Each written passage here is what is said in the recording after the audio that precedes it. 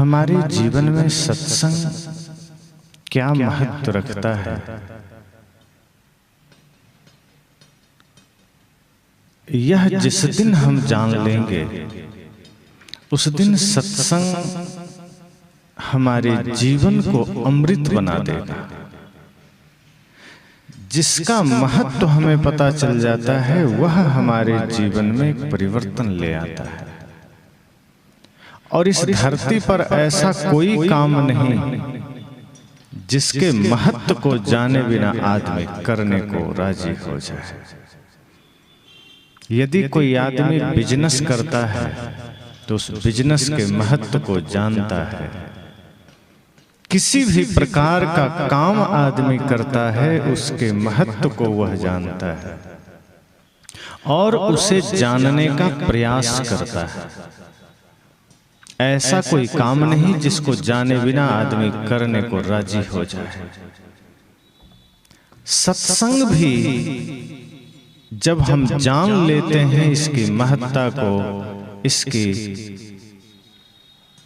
गुणवत्ता को, तो हम इससे जुड़ जाते हैं। इतना ही समझना है कि जैसे धन हमारे भौतिक जीवन को सजाता है, सत्संग हमारे आध्यात्मिक जीवन को सजाता है। भौतिक जीवन जहां क्षणभंगुर है, आध्यात्मिक जीवन शाश्वत है। भौतिक जीवन का जहां एक समय के बाद विराम हो जाता है, लेकिन आध्यात्मिक जीवन सदा है, निरंतर है। इसलिए सत्संग का महत्व जब हमारे जीवन में पता चलता है तब हम सत्संग में जुड़ते हैं, सत्संग सुनते हैं। लेकिन यह भी जानना जरूरी है कि वह सत्संग में हम सुनते क्या है और सत्संग कहते किसे हैं। कहीं भी दो चार किस्से कहानियां कहना सत्संग है, कुछ भीड़ इकट्ठी होना सत्संग है। सत्संग का सीधा अर्थ है जहां सत्य का संग है, जहां संतों का संग है, जहां हमें जीवन में एक एक रहस्यों का पता चले, वह सत्संग है। जिससे मुक्ति का मार्ग पता चले, जिससे क्या करना है क्या नहीं करना है इसका बोध हो सके, क्या अच्छा है क्या बुरा है इसका ज्ञान हो सके, वह सत्संग है।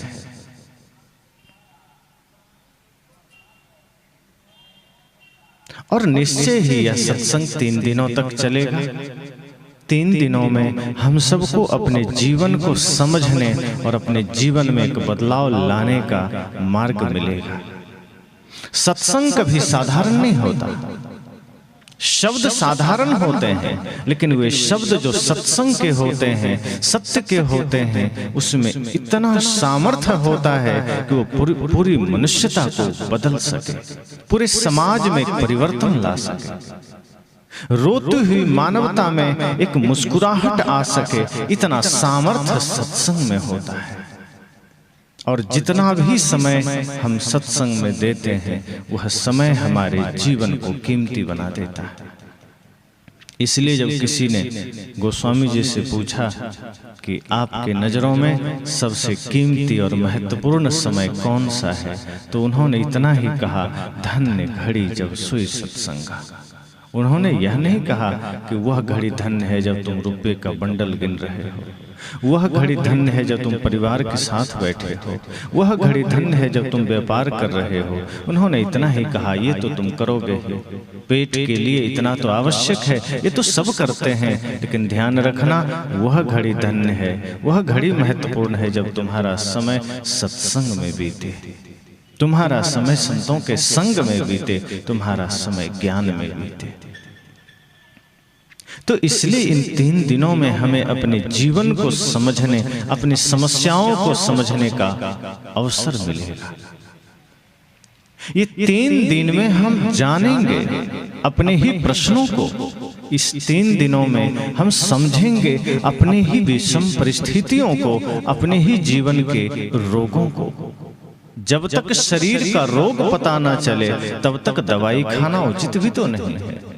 और डॉक्टर तो इसलिए पहले आपको जांच लिख देते हैं कि जाइए जांच करा लीजिए, क्या क्या समस्या है पता तो चले। अब रोग का पता ही ना चला, दवाइयां दी जा रही तो रिएक्शन हो जाता है। कई डॉक्टर अनुभवी नहीं होते हैं और उनके पास अगर कोई मरीज चला गया तो वो अंदाज से ही 5-7 दवाई दे देते हैं कि कोई तो काम करेगा, रोग का तो पता चला नहीं। अब एक काम कर गया, 5 रिएक्शन कर गया और बीमारी बढ़ जाती है। जीवन में भी यही बात है। जब तक हमें अपने ही जीवन के प्रश्नों का पता ना हो, अपने ही रोगों का पता ना हो कि हमारे मन में रोग कौन कौन से हैं, तब तक उसका समाधान नहीं होता। हालांकि सत्संग आयुर्वेद की तरह है कि अगर 10-5 बीमारी भी है और एक का ही पता चला तो सत्संग एक साथ सबका समाधान कर देता है, नुकसान नहीं करता। सत्संग आयुर्वेद समझना कि यदि हमें इतना पता चला कि हमारे मन में कोई विकार है, कोई द्वेष है, कोई दोष है, कोई छल कपट है, तो सत्संग उन सबको एक साथ मिटा देता है। किसी भी प्रकार की समस्या हमारे मन में, हमारे जीवन में है, सत्संग उसे मिटा देता है। लेकिन मिटने को राजी हो तब तो। अगर हम अपने दोषों को छोड़ने को राजी हैं तो छूट जाएंगे, अगर हम उसे पकड़ने को राजी हैं तो छूटेंगे नहीं, कितना भी हम सत्संग में बैठे।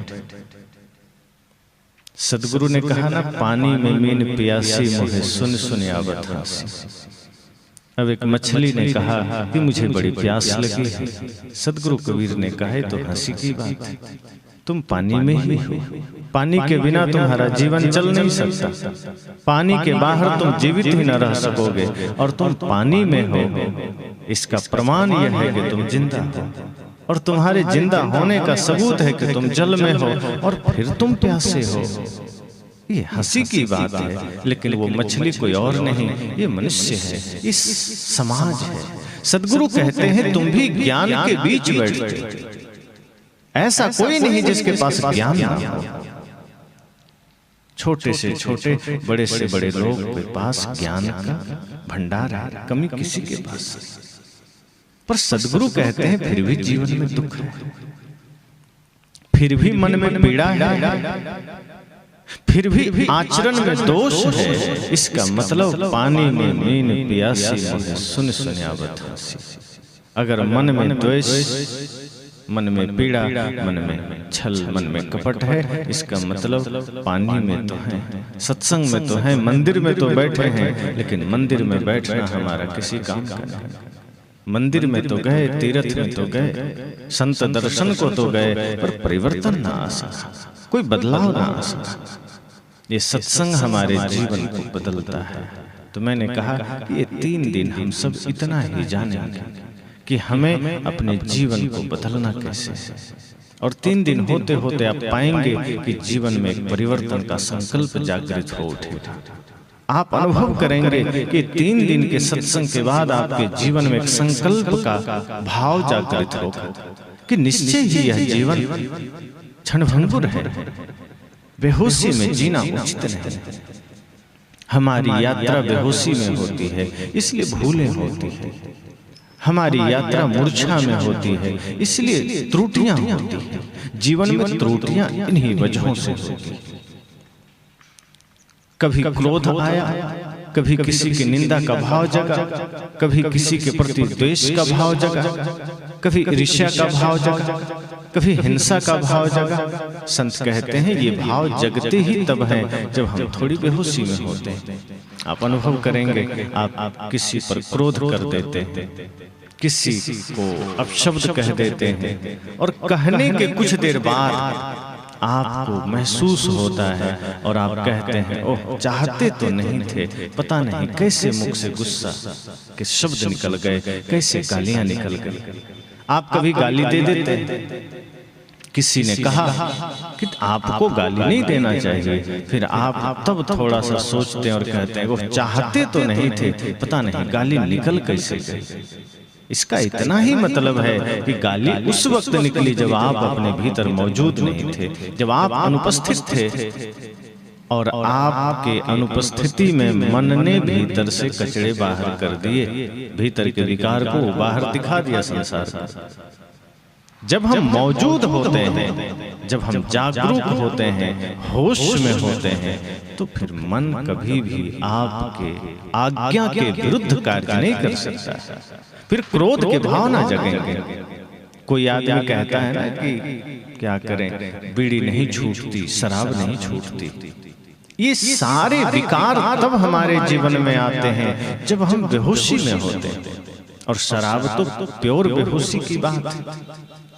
लोग कहते हैं कि आदमी शराब पीता है, बेहोश हो जाता है, कुछ भी बोलता है, दिमाग खो गया, बेहोशी में आ गया। संत कहते हैं ऐसा बिल्कुल नहीं है। वो बेहोश पहले ही हो गया, इसलिए शराब पिया है। अगर होश में होता तो शराब छूता ही नहीं। वो बेहोश बाद में थोड़े हो, पहले ही हो गया। उसकी मूर्छा पहले ही आ गई, निद्रा पहले ही आ गई, तब उसने शराब को छुआ। पहले ही बेहोशी आ गई, तब उसने गुटखा को छुआ, तब उसने झूठ को छुआ। इसलिए भले ही शरीर मंदिर में बैठा हो, भले ही शरीर सत्संग में बैठा हो, पर मन अगर बाजार का चक्कर काट रहा है, संसार का चक्कर काट रहा है, तो समझना शरीर यहाँ रहेगा लेकिन लाभ कुछ ना होगा। इसलिए मैंने कहा कि ये 3 दिन का सत्संग हमारे जीवन को बदलने के लिए, और ये संकल्प लेकर अगर बैठेंगे तो यह सत्संग हमारे जीवन के समस्याओं का समाधान बन सकता है। अगर यह संकल्प लेकर बैठेंगे तो यह सत्संग हमारे जीवन के प्रश्नों का उत्तर बन सकता है। सामाजिक रूप से, पारिवारिक रूप से, राजनीतिक रूप से, आध्यात्मिक रूप से जो कुछ भी हमारे जीवन में संकल्प होगा, वो सारे संकल्प पूरे हो सकते हैं। ये सत्संग सिर्फ हमारे आध्यात्मिक जीवन को ही सुंदर नहीं बनाता, हमारे व्यवहारिक जीवन को भी व्यवस्थित करता है, हमारे राजनीतिक जीवन को भी व्यवस्थित करता है, सामाजिक जीवन को भी व्यवस्थित करता है। सदगुरु कबीर यह नहीं कहते कि सिर्फ ध्यान करने बैठ जाओ और काम बन गया। वे कहते हैं अगर चलते चलते भी तुम्हें बढ़िया से सत्संग का भाव भीतर है तो तुम चलते चलते सत्संग कर सकते हो, बैठने की जरूरत नहीं। अगर सत्संग आचरण में उतर जाए तो तुम पढ़ते लिखते सत्संग कर सकते हो। झाड़ू लगाओ, मंदिर हो या आंगन, समझना सत्संग ही है, बस भाव पवित्र रहना चाहिए। आपका कर्म ही पूजा बन जाए तो सत्संग तो उतर ही गया, समझना।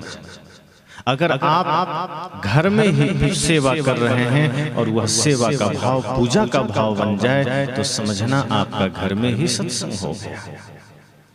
अगर आप सड़क में झाड़ू लगा रहे हैं और वो सड़क आपके भीतर यह भाव जग जाए कि यह सड़क परमात्मा का ही आंगन है, तो समझना कि वो पूजा ही हो गया।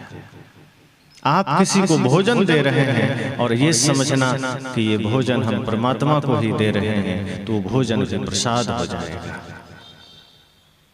यही तो फर्क है हमारे चिंतन में, कि जैसे ही चिंतन बदलता है हमारी सोच बदलती है। जहां होते हैं वहीं सत्संग हो जाता है, फिर अलग से सत्संग में जाने की आवश्यकता कहां है। फिर जहां भी खड़े होते हैं वहीं से धर्म की यात्रा आरंभ हो जाती है, वहीं से ज्ञान की धारा प्रवाहित हो जाती है। और इसके लिए यहाँ वहां भटकने जाने की जरूरत नहीं पड़ती। फिर जहां खड़े हैं सत्संग समझना हो गया। अगर आपने किसी जीव जंतु की सेवा की, समझना परमात्मा की सेवा की। आपने भूखे को भोजन दिया, समझना परमात्मा को भोजन दिया। यह भाव एक बार जागृत तो हो और हुआ तो सत्संग हो गया। सत्संग मतलब यही है कि भीतर की चेतना का जग जाना, और वो आप अगर बाजार में हैं तो वहां ज्यादा जरूरी है।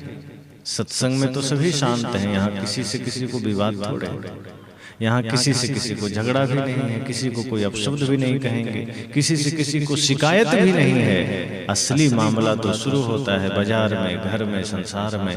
और जब वहां हम इसी भाव में जीने लगे तो समझना सत्संग वहां हो गया, और वहां सत्संग हो गया तो जीवन स्वर्ग बन गया, सुंदर बन गया।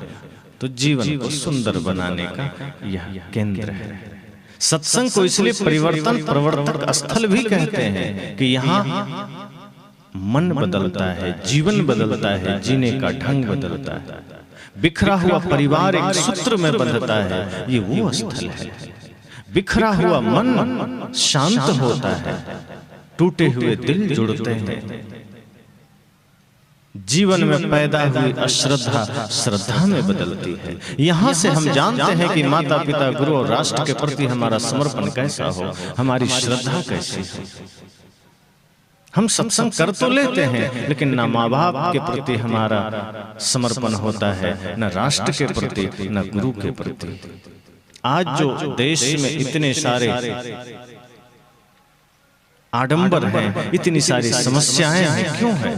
क्योंकि सत्संग और हमारे बीच थोड़ी दूरी हो गई है, कहने और करने के बीच थोड़ी दूरी हो गई है। जिस दिन कहने करने के बीच एकता हो जाए, कथनी और करनी एक हो जाए, उस दिन सत्संग समाज में परिवर्तन ले आ सकता है। उस दिन इस समाज में फैली हुई बुराइयां मिट सकती है। एक बार एक सभा लगी थी, राजा भोज की सभा थी। राजा के सभा में एक प्रश्न आया। प्रश्न यह आया कि सबसे बड़ी दूरी किसके बीच है? तो काफी लोग बैठे थे।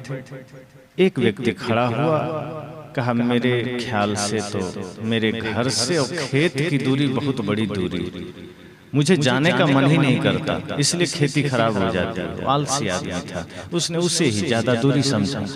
इतना आलसी था कि खेत भी जाने में बोझ लगता था। उसने कहा राजन, मेरे घर से खेत की दूरी बड़ी दूरी है, मैं जा नहीं सकता। तो लोग थोड़ा हंसे, लेकिन राजा ने कहा कोई बात नहीं, इसने अपने मन की बात कही, अच्छी बात है। तो क्या यह मान लें कि घर से खेत की दूरी सबसे बड़ी दूरी है? तो दरबारियों ने कहा नहीं, ये कैसे हो सकता, खेत तो ऐसे भी टहलते 2-4 मिनट में 10 मिनट में लोग पहुंच जाते हैं, ये दूरी बड़ी दूरी नहीं है। तो राजा ने कहा फिर अगला बताओ। दूसरा आदमी खड़ा हुआ, उसने कहा मेरे ख्याल से घर से दिल्ली की दूरी सबसे बड़ी दूरी है, क्योंकि सब कोई जा नहीं सकता, बड़ी मुश्किल है। तभी तीसरा आदमी हंसा, कहा ये भी कोई बात, घर से दिल्ली आजकल तो फ्लाइट की सुविधा है, ट्रेन की सुविधा है, जब बैठो पहुंच जाओ, शाम बैठो सुबह पहुंच जाओ। फ्लाइट में 1.5 से 2 घंटे लगते हैं, ये भी कोई दूरी तो नाप ली गई। तो राजा ने कहा इससे भी पूरी दूरी नहीं मानी जा सकती। तो तीसरे ने कहा कि मेरे ख्याल से घर से अमेरिका की दूरी सबसे बड़ी दूरी है, जहां सब नहीं जा सकते। तब लोग थोड़ा सा सोचने लगे कि बात तो सही कह रहा है, दम है थोड़ी बातों में। तब कहा मान लें घर से अमेरिका की दूरी सबसे बड़ी दूरी। तो लोगों ने कहा अब तो मानना ही पड़ेगा। लेकिन एक और ज्ञानी बैठा था चौथा, उसने कहा ये भी कोई दूरी है, अभी मैं न्यूयॉर्क से आया, बड़ा सरल है जाना, फ्लाइट से चले जाओ 18 से 20 घंटे में पहुंच जाओगे, कौन सी बड़ी दूरी है? दूरी नाप ली गई है, जितना किलोमीटर है वो पता है। तब लोगों ने कहा अब क्या है? तब उस चौथे व्यक्ति ने कहा कि सबसे बड़ी दूरी है घर से चांद की दूरी। अब लोग थोड़ा शांत हुए, कहा अब तो ये बहुत अंतिम बात हो गई लगता है, अब अमेरिका से ज्यादा दूरी तो चांद की है ही। तो पांचवा आदमी ने कहा कि तुम्हें पता है कि घर से चांद की जो दूरी है उसे भी नाप लिया गया है और वहां भी लोग पहुंच गए हैं, इसलिए घर से चांद की दूरी भी कोई दूरी नहीं है। तो कहा फिर? उसने कहा धरती से आकाश की दूरी सबसे बड़ी दूरी है। तभी छठा व्यक्ति खड़ा हुआ, कहा रे ये धरती आकाश क्यों कर रहे हो? सीधी बात है, पाताल से आकाश की दूरी सबसे बड़ी दूरी है, अब इससे कोई बड़ी दूरी नहीं। अब सब शांत हो गए। कहा आकाश में तो सूर्य भी है, चांद भी है, मंगल भी है, सारे ग्रह आकाश में है, अब कहां से नापेंगे? निश्चय ही ये दूरी बड़ी दूरी होगी। और उसमें भी पाताल से बताया जा रहा है, तो पाताल से आकाश की दूरी सबसे बड़ी दूरी है। अब राजा ने कहा, अब किसी के पास कोई उत्तर है? सब लोग शांत हो गए, कहने तो मुहर मार दे, फाइनल कर दे कि यह बात, यह दूरी सबसे बड़ी दूरी। सब शांत हो गए, सबने कहा जी राजा, ये पाताल से आकाश की दूरी इस ब्रह्मांड में सबसे बड़ी दूरी है, यह बात मान लेनी चाहिए। तभी एक बूढ़ा व्यक्ति आया, उसने कहा ठहरो, अभी बहुत बाकी है। अब क्या बाकी है? अब तो सारी अंतिम बात हो गई। उसने कहा मैं समझ सकता हूँ कि घर से खेत की दूरी थोड़ी दूरी है, भारी जिसको लगे उसके लिए तो दूर ही है। कहते हैं ना कि मिलना मंजूर हो तो दिल्ली नहीं दूर है, और मिलना मंजूर ना हो तो चौखट बड़ी दूर है। अगर मन ना हो तो दरवाजा भी बहुत भारी लगता है निकलने में, और मन हो तो कहीं जाया जा सकता है। तो पहले व्यक्ति ने कहा कि घर से खेत की दूरी बड़ी दूरी है, ठीक है, वो अपने भाव से कहा। किसी ने कहा घर से दिल्ली की दूरी, ये भी है, बात मानता हूँ। किसी ने कहा घर से अमेरिका की दूरी, ये भी कुछ दूरी है, ये भी बात मैं मानता हूँ। किसी ने कहा धरती से चांद की दूरी, ये भी मैं मानता हूँ। किसी ने कहा धरती से आकाश की दूरी, ये भी मैं मानता हूँ। किसी एक ने कहा पाताल से आकाश की दूरी, ये भी मैं सुना हूँ, मानता हूँ। लेकिन ध्यान रखना, आज विज्ञान के पास ऐसी ऐसी मशीनें हैं कि इन सारी दूरियों को नापा जा चुका है। इसका सबका मापदंड सबके पास है कि कहाँ से किसकी कितनी दूरी है। इसलिए सबसे बड़ी दूरी ये भी नहीं है, सबसे बड़ी दूरी वह माना जाएगा जिसको आज तक किसी ने नापा नहीं। और मेरे हिसाब से राजन, इस धरती पर, इस ब्रह्मांड में सबसे बड़ी दूरी है कथनी और करनी के बीच की दूरी, जिसे लोग नाप नहीं पाते हैं।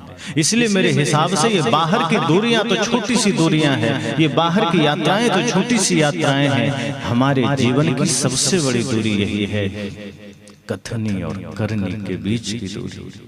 जैसा कहे करे पुनि तैसा राग द्वेष निरुवारे। कहे जैसा कहो वैसा करने में हमारे जीवन बीत जाते हैं, उम्र गुजर जाते हैं, वैसा कर नहीं पाते हैं। एक एक क्षण हमारा निकलता चला जाता है, जवानी चली जाती है, बुढ़ापा चली जाती है, अंतिम राख हो जाते हैं। लेकिन कथनी और करनी एक होना बहुत मुश्किल है। कोई विरला है जो अपने कथनी और करनी को एक कर लेता है, और वो विरले इस पूरे ब्रह्मांड में 0.000% भी नहीं है, 0.001 इतना है। तो समझ लेना, ये सबसे बड़ी दूरी है। जिसके जीवन में सत्संग उतर जाता है, उसकी कथनी करनी एक होने की संभावना बढ़ जाती है। अब हमारे जीवन में कथनी है, करनी नहीं। हम कहते हैं, सुनते हैं, चलते नहीं। संत कहते हैं कहना थोड़ा, चलना ज्यादा। अगर एक शब्द गुरु संतों का सुनो, उसे जीवन में उतारने की चेष्टा करना, यही इस जीवन का विजय है, यही इस जीवन की जीत है। हम तो संसार में जीतने की चेष्टा करते हैं और अपने भीतर ही हारते चले जाते हैं। असली विजय यह नहीं है कि आप बहुत से धन का मालिक हो गए। आपकी विजय इसमें नहीं है कि आप 10, 20, 50, 100 लोगों पर शासन करने लगे। ये आपकी विजय इसमें नहीं है कि आप बहुत से लोगों का संगठन का हिस्सा बन गए। आपकी विजय इसमें भी नहीं है कि आपका सम्मान होने लगे। तो संत कहते हैं विजय किसमें है? कहा विजय आपका उसमें है कि आप अपना मालिक बन जाए। हम अपना ही मालिक नहीं बन पाते, अपने मन का मालिक नहीं बन पाते, और राष्ट्र पर, समाज में, दुनिया में विजयी होना चाहते हैं, दुनिया पर शासन करना चाहते हैं। दुनिया पर शासन करना तो कभी न कभी संभव हो जाएगा, लेकिन वो शासन फिर कोई काम का नहीं। जिसने अपने मन पर शासन कर लिया, वो उसकी महत्ता कभी घटती नहीं। जब भगवान बुद्ध बाल्य स्वरूप में थे, सिद्धार्थ के रूप में, तो कहा जाता है कि भविष्यवाणी की गई कि ये चक्रवर्ती सम्राट बनेंगे, लेकिन अगर नहीं बन पाए तो ये सन्यासी बनेंगे। उनके पिता क्रुद्ध हुए कि ऐसी भविष्यवाणी मत करिए, मेरा बेटा चक्रवर्ती सम्राट ही बनेगा, राजा बनेगा, लोगों पर शासन करेगा, ये सन्यासी कभी नहीं बनेगा, और बनना भी चाहेगा तो हम बनने नहीं देंगे। ये उनके पिता ने कहा। लेकिन संत ने क्या कहा कि राजन आप समझे नहीं, चक्रवर्ती सम्राट बन तो जाएगा, राज्यों पर शासन करेगा, मनुष्यों को अपने अधीन करेगा, लेकिन ये जिस दिन सन्यासी बन गया ये पूरे विश्व पर शासन करेगा, और फिर ये लोगों पर नहीं, लोगों के दिलों पर शासन करेगा, और उससे बड़ा फिर सामर्थ्यशाली सम्राट और कौन हो सकता है। राजा को स्वीकार नहीं हुआ, लेकिन भगवान बुद्ध बाद में आप सब जान रहे हैं कि उन्होंने सच में लोगों के हृदय में अपनी जगह बनाई। उनका शासन ये राजनीतिक शासन ना हो सका, वो राज्यों पर शासन नहीं किए, मनुष्यों पर शासन नहीं किए, उन्होंने लोगों के हृदय में अपनी जगह बनाई और श्रद्धा से सबने उनको अपना माना। राम ने कोई राजनीतिक रूप से लोगों को अपना नहीं बनाया, अपने आचरण अपने आदर्श से अपना बनाया, इसलिए आज भी लोग उनका उदाहरण देते हैं। कृष्ण ने अपने आचरण से, अपने कर्म से, अपने ज्ञान से, अपने प्रेम से लोगों को अपना बनाया। इसलिए मैंने कहा जब कथनी और करनी एक हो जाए तो समझना संसार में असली विजयी है। और ये कथनी और करनी एक होगा कैसे? यही सत्संग से। ये सत्संग तो त्रिवेणी है जहां से सारी धाराएं निकलती है, ज्ञान की, भक्ति की, वैराग्य की, सेवा की, साधना की, सत्य, अहिंसा, प्रेम, करुणा की। यहाँ जब हम खाली चित्त होकर बैठते हैं तो यहाँ से वो धाराएं हम सबके हृदय तक पहुँचती। और यदि यहाँ हम पहले से ही कुछ भर कर बैठे तो धाराएं हमारे हृदय में नहीं जाती है। इसलिए संत कहते हैं कि सत्संग में बैठिए या भाव से बैठिए कि यह सत्संग हमारे जीवन के प्रश्नों का उत्तर बनेगा, यह सत्संग हमारे जीवन की समस्याओं का समाधान बनेगा, वरना कोई उपाय नहीं है। ये जीवन बीतता चला जाएगा और एक दिन जब लाचार होंगे, शरीर थकेगा, इंद्रियां शिथिल होगी, तब ध्यान आएगा कि असली बात तो बीत गई, अब तो ये संसार और शरीर बोझ ही लग रहा है, जो करना था कर ना पाया, जैसा जीवन जीना था वो जीवन जी ना पाया, व्यर्थ का जीवन चलता चला गया, चलता चला गया, वह काम नहीं कर पाए और जीवन में दाग लगा लिया। प्रकृति ने शरीर कैसा दिया था जरा सोचिए। जब बच्चे का जन्म होता है तो कैसा रहता है? उसमें चोरी का गुण होता है, छल कपट, कुछ नशा, दुर्व्यसन, शराब, गुटखा, कुछ भी। वो हिंदू है कि मुसलमान है कि सिख है कि ईसाई है, बच्चे का जन्म हो और उसे किसी को दे दीजिए तो जहां जाएगा वैसा ही रंग में ढल जाएगा, वो कुछ भी नहीं है।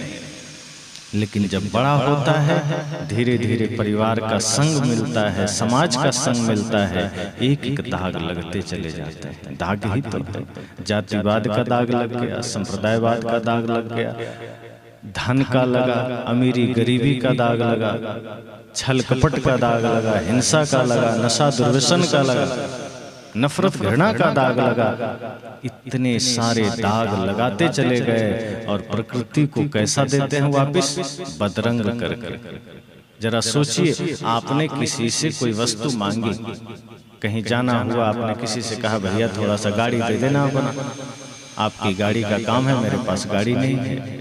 अब जिससे आपने गाड़ी मांगी वो आपको अच्छा कंडीशन में दिया, बढ़िया, सब कुछ सही, तेल पानी सब चेक करके दिया, टायर भी ठीक है, गाड़ी भी ठीक है, कहीं स्क्रैच नहीं है, और आपने गाड़ी से यात्रा की और दुर्भाग्य से गाड़ी में कोई स्क्रैच लग गया, गाड़ी पंचर हो गई, तो क्या करेंगे आप? ऐसे दे देंगे कि बनवा के देंगे? जिसका है बनवा के देंगे ना, ऐसे वो लेगा नहीं, और लेगा तो पैसा लेगा साथ में कि हमने तो सही सही दिया था, आपने बिगाड़ा है तो इसे सुधार करके दो। वहां तो हम सजग हो जाते हैं कि नहीं, जिसकी गाड़ी है जैसा मिला था वैसा देना है। लेकिन शरीर प्रकृति ने साफ सुथरा दिया था, प्रकृति ने शरीर पवित्र रूप में दिया था, सौम्य रूप में दिया था, निश्चल रूप में दिया था, निष्कपट रूप में दिया था। तभी तो बच्चे को भगवान का रूप कहते हैं। बच्चे को देखना, उसकी आंखों में सौम्यता नजर आएगी, उसके आंखों में प्रेम और समर्पण नजर आएगा, सच्चाई नजर आएगी। वो कोई घटना देख ले आप लाख कोशिश करिए कि नहीं ये मत बोलना किसी से, वो ज्यों का त्यों बोलेगा। कोई झूठ उसके मन पर सवार नहीं हो सकता। वो स्वरूप ही भगवान का स्वरूप होता है, लेकिन धीरे धीरे धीरे धीरे बदरंग हो जाता है। तो प्रकृति ने जीवन दिया कितना सुंदर पवित्र, लेकिन धीरे धीरे हम उसे रंगते चले गए, धीरे धीरे हिंसा सवार हुई। और जैसे जैसे आयु बढ़ती गई, वही आंखें जो सौम्य नजर आती थी, पवित्र नजर आती थी, आप देखना उम्र बढ़ते बढ़ते आंखों में क्रूरता झलकने लगती है, आंखों में छल नजर आने लगता है, झूठ नजर आने लगता है। वो पवित्रता रह नहीं जाती। बहुत कम लोग हैं जो अपनी पवित्रता बचा कर रखते हैं। गंदगी भर जाती है। आपके कपड़े में कोई दाग लग जाए, आप खुद से छुड़ा लेते हैं, केमिकल लाकर साबुन से छुड़ा लेते हैं। जीवन में दाग लगता जा रहा है, छुड़ाने को कोई तैयार नहीं। कहीं क्रोध का दाग लगा, कहीं छल का, कहीं काम का, कहीं ईर्ष्या का, कहीं द्वेष का, कहीं घृणा का। हम उन दागों को सजा के रखते चले जाते हैं, उसे मिटाने का प्रयास नहीं करते। प्रकृति ने साफ जीवन दिया था, सुथरा जीवन दिया था। जब दांत आए जन्म के कुछ दिन के बाद, तो दांत कैसे थे? मोती के समान चमकते थे, एक जैसे। लेकिन बाद में कुसंग में पड़कर गुटखा खाने लगे, तंबाकू खाने लगे, बीड़ी पीने लगे, तो जो दांत मोती के समान था, बाद में कचड़ा खाते खाते कैसा हो गया? डामर के समान, जैसे कि मुंह में डामर डाल दिए किसी। अब मुख है, कितना पवित्र जगह।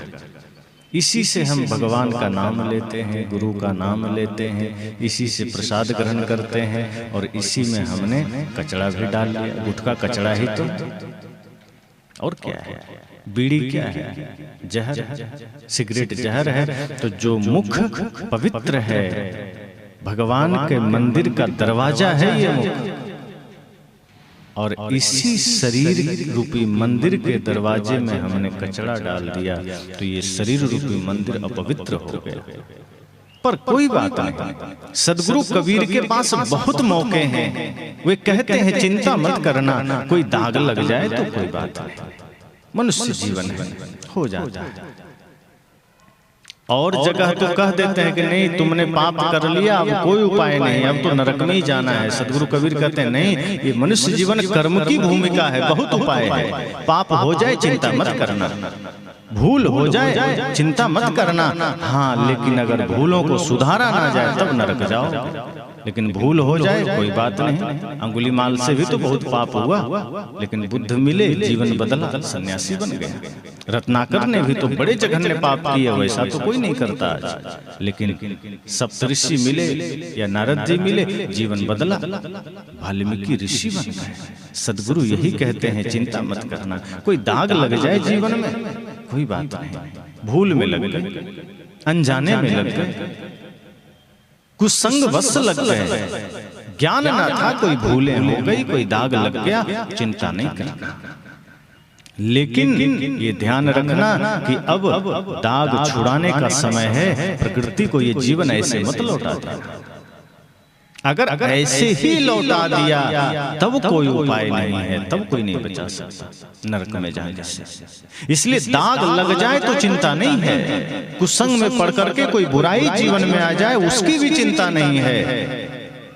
संतों ने कहा है मनुष्य गलती का पुतला है, अक्सर हो ही जाती है, जो कर ले ठीक गलती को उसे इंसान कहते हैं।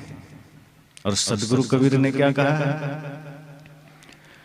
ध्रुव प्रहलाद सुदामा ने ओढ़ी, सुखदेव ने निर्मल कीनी चदरिया, सुखदेव ने निर्मल कीनी, दास कबीर ने ऐसी ओढ़ी, दास कबीर ने ऐसी ओढ़ी, ज्यों दीनी चदरिया झीनी रे झीनी के राम नाम रस भीनी चदरिया झीनी रे झीनी। सदगुरु कहते हैं कि ध्रुव प्रहलाद ने भी शरीर रूपी चादर को ओढ़ा, थोड़े मोड़े दाग लगे नहीं कि उन्होंने उसे धो दिया, पवित्र कर दिया गुरु के संग में जाकर के। ऐसे ही अगर आपके जीवन में कोई दाग लग भी जाए तो चिंता मत करना। क्यों? क्योंकि गुरु धोबी से इसका पड़ा, क्योंकि गुरु धोबी मौजूद है।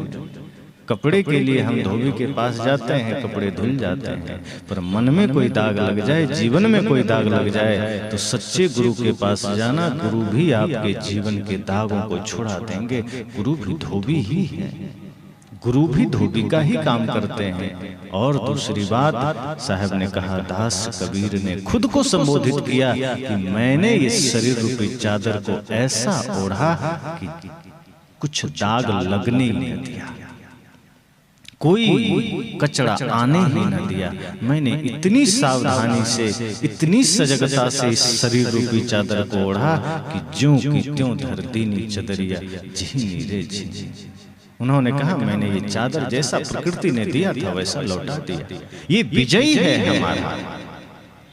अगर हमने दाग लगा के दिया तो ये हार है, और दाग लगाना ही क्यों? भूल बस अगर हो जाए तो धो देना। कुसंग बस अगर शरीर में कोई रोग आ जाता है तो हम उसे ठीक करते हैं कि नहीं नहीं चलो एक दिन मरना ही है तो क्या ठीक करना, ऐसा कोई सोचते हैं? मान लो कोई रोग शरीर में आ जाए तो आप ये नहीं ना सोचते हैं कि बुढ़ा होकर तो मरेंगे ही, चलो ठीक है रहने दो बीमारी, क्या ठीक करना, पैसा खराब होगा। लेकिन आप ठीक करते हैं, बल्कि मृत्यु सैया पर लेटा हुआ आदमी भी अगर आखिरी सांस भी गिन रहा है तो आदमी सोचता है 10 लाख भी लग जाए इसको बचाने की चेष्टा करेंगे। क्यों? जब तक पैसे हैं, जब तक श्वास है, आप उम्मीद नहीं छोड़ते कि कोई रोग भी आ जाए तो हमें ठीक करना है। 90 साल का भी बुजुर्ग हैं और कोई तकलीफ शरीर में है तो अस्पताल में आप चिंता थोड़ी करते हैं। अगर कोई अच्छे पुत्र हैं तो चिंता नहीं करते। अब कोई कलयुगी बेटा है वो तो सोचता है कि अच्छा हुआ गुजरे तो धन भी हमारा हो और खर्चा भी बचे। ऐसे भी लोग होते हैं। जो माता पिता को वृद्धाश्रम में भेज दिए तो वो थोड़े सोचेंगे कि पिताजी को पैसा लगा के हम ठीक कर दें। वो तो सोचते हैं कि जितना जल्दी बूढ़ा गुजरे उतना आनंद है घर में, झूठे झंझट।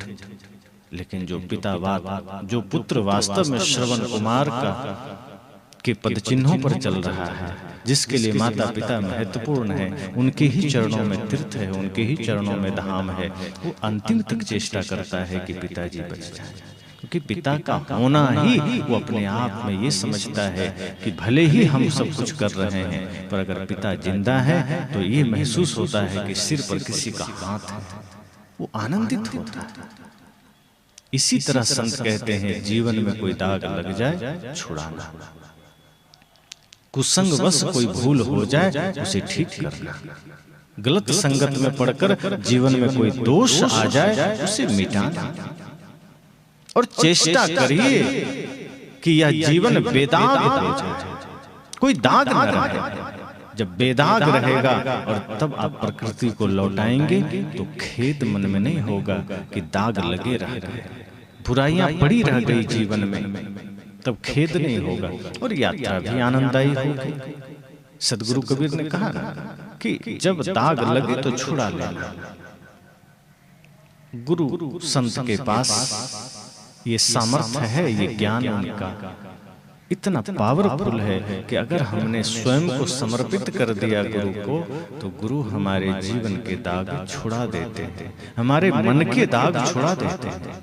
शरीर के दाग, शरीर की बीमारी, कपड़े के दाग ये बाहर छूटेंगे, लेकिन मन के दाग सत्संग में छूटेंगे।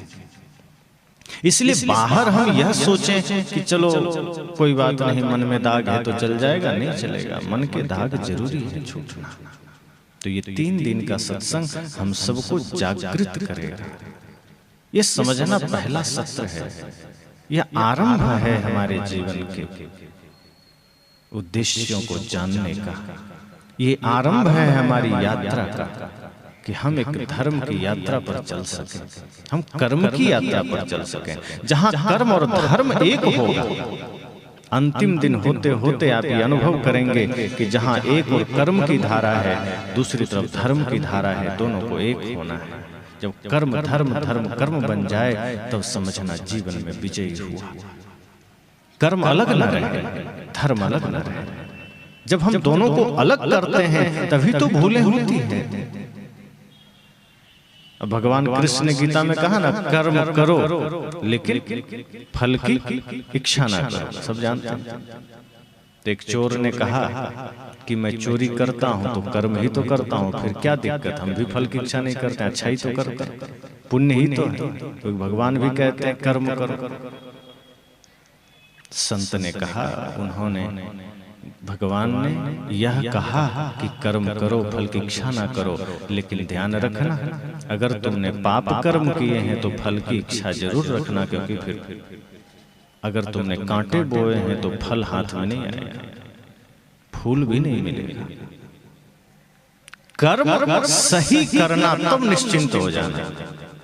अगर आपके द्वारा पवित्र कर्म हो रहे हैं, शुभ कर्म हो रहे हैं, तो निश्चिंत रहिए कि अच्छा ही मिलेगा। लेकिन भूल हो गई है जीवन में, कोई पाप कर्म हो गया है, तो सजग रहना कि कब थपेड़ा पड़ेगा कर्म का पता नहीं, कब चोट पड़ेगी यमराज का पता नहीं, तब तो चिंता करनी पड़ेगी। मान लीजिए आप कहीं दान कराए कुछ, जीवन में ही समझिए इस गणित को। आपने किसी को कुछ दान कर दिया, अभी ठंडी का समय है, आप कंबल बांटाए, बच्चों को कलम किताब बांटाए, किसी भूखे को भोजन बांटाए, तो घर आने पर आप चिंता करेंगे क्या? मन में विचलन रहेगा, मन में उद्वेग रहेगा? नहीं रहेगा। आपको शांति मिलेगी कि आज मैंने किसी को कुछ दिया है, आज मैंने किसी भूखे को भोजन दिया, किसी प्यासे को पानी दिया। आप तो बल्कि बखान करेंगे, खुलेआम चौराहे पर बैठेंगे तो आपका सीना गर्व से चौड़ा रहेगा कि नहीं, मैंने किसी का दिल नहीं दुखाया, आज मैंने लोगों के आंसू पोंछे हैं, मैंने दूसरों की पीड़ा को हरा है। आप गौरवान्वित होंगे। लेकिन जरा सोचना कि आप कहीं चोरी करके आ जाइए, आप घर में भी रहिएगा तो आपको अगर एक चूहा भी गुजरेगा तो लगेगा पुलिस तो नहीं, आपको भय सवार होगा, आप निश्चिंत नहीं रहेंगे, आप चिंता में रहेंगे। अपना घर का भी बच्चा कहीं इधर उधर खुरखार किया, आप तुरंत घबरा जाएंगे, कोई गाड़ी तो नहीं गुजरी, कहीं पुलिस तो नहीं। आप एकांत में भी हैं तो भयभीत हैं, चौराहे पर तो अब जा ही नहीं सकते। हो सकता है चोरी करते किसी ने ना देखा, किसी को पता भी ना हो, लेकिन आप निश्चिंत हैं क्या? आप शांत हैं? पीछे से किसी ने आवाज भी दिया तो आपको लगेगा, लगता है ये जान गया है, कहीं पकड़वा न दे, भागते फिरे। कर्म का फर्क पड़ गया ना। आप अच्छा कर्म करते हैं, सीना तान कर चलते हैं, निश्चिंत होकर बैठते हैं। लेकिन भूलें हो जाए, पाप हो जाए, आप निश्चिंत नहीं रहते हैं। किसी ने देखा नहीं, किसी ने रोका नहीं, किसी ने टोका नहीं, लेकिन आपका अंतर्मन आपको बार बार धिक्कारता है, बार बार भय पैदा करता है कि तुमसे भूल हो गई है, कभी भी पकड़े जाओगे, कभी भी गिरफ्त में आ सकते हो, इसलिए हम निश्चिंत नहीं रहते। तो कृष्ण ने कहा कि कर्म करना, फल की इच्छा न करना, लेकिन वहां पर सत्कर्म की बात है। इसलिए अगर कोई ये सोचता है कि मैं कर्म तो कर ही रहा हूँ, हिंसा कर रहा हूँ, चोरी कर रहा हूँ, जुआ खेल रहा हूँ, छल कर रहा हूँ, सब कर्म है, लेकिन ये कर्म दुष्कर्म है, कुकर्म है, अपवित्र कर्म है। वो कर्म हो जाए तो चिंता जरूर करना। फिर वहां भगवान कृष्ण से निवेदन करना कि भगवान आपने कहा तो है, लेकिन वह कर्म अगर हमसे कोई भूल हुई है तो चिंता तो करनी पड़ेगी, अगर हमसे कोई त्रुटि हुई है चिंता तो करनी पड़ेगी, अगर हमने किसी का दिल दुखाया है तो चिंता तो करनी पड़ेगी, अगर हमने कोई पाप किया है, कुदृष्टि किया है, व्यभिचार किया है, हिंसा किया है, तो चिंता तो करनी पड़ेगी, क्योंकि उसका फल बहुत भयंकर होगा। निश्चिंत नहीं रह सकते। अगर आग में हाथ डाल दिया है तो चिंता तो करनी पड़ेगी, क्योंकि उसकी पीड़ा बहुत भयंकर होगी। इसलिए कर्म अगर करते हैं तो निश्चिंत तब होंगे जब वो कर्म सत्कर्म होगा, पवित्र कर्म होगा। और यदि कुछ बुरे कर्म हो गए, कुछ त्रुटियां हो गई, तो सदगुरु कहते हैं चिंता मत करना, हो जाए उसी दिन संकल्प लेना कि ये भूल हमारे जीवन में हुई है, ये त्रुटि हमारे जीवन में हुई है, हमने भूल की है, अब आगे सुधार कर लेंगे। भूलों से सुधारना, स्वयं को बदलना। और यह जीवन में अगर हमने जाना समझा तो हम कहते हैं ना, विपरीत परिस्थितियों में ही हम रास्ता खोजते हैं। अगर गलती रुलाती है तो ये राहें भी दिखाती है। कहा गया है कि गलती हो जाए और अगर रोना आए तो ये रास्ता भी दिखाती है। अगर कोई भटका हुआ आदमी हो, गलती करके वो सीख भी सकता है, क्योंकि वहां उस वक्त आपको। और एक बात और है ना कि जब जीवन में गलती हो जाती है तो सब ताने मारने खड़े हो जाते हैं, सहयोग देने कोई नहीं खड़े होंगे, सन्मार्ग दिखाने वाले कोई नहीं खड़े होंगे। वो तो एक सदगुरु है, संत है। जहाँ कहते हैं ना, दरबार में सच्चे सदगुरु के दुख दर्द मिटाए जाते हैं और दुनिया के सताए लोग यहाँ सीने से लगाए जाते हैं। दुनिया के लोग तो आपके जख्मों पर नमक छिड़केंगे, वो तो चर्चा करेंगे। अगर थोड़ा सा किसी काम में आप जेल चले गए तो मोहल्ले में अपने भी पराये बन जाते हैं कि देखो ये आदमी धर्मात्मा बने घूमता था, इतना दुष्टात्मा है। वो आपकी मजबूरी का इस तरह प्रचार करेंगे। इसलिए सदगुरु कहते हैं सजग रहिए, ये संसार आपका नहीं है। इस संसार सदैव आपके जख्मों को दिखाने के लिए तैयार है, आपकी पीड़ा को दिखाने को तैयार है। आप पीड़ा में हैं, वो मुस्कुराए, आप दुख में हैं, संसार खुशियां मनाए। इसलिए ये होश में आ जाने की जरूरत है कि संसार से उम्मीद क्या करना।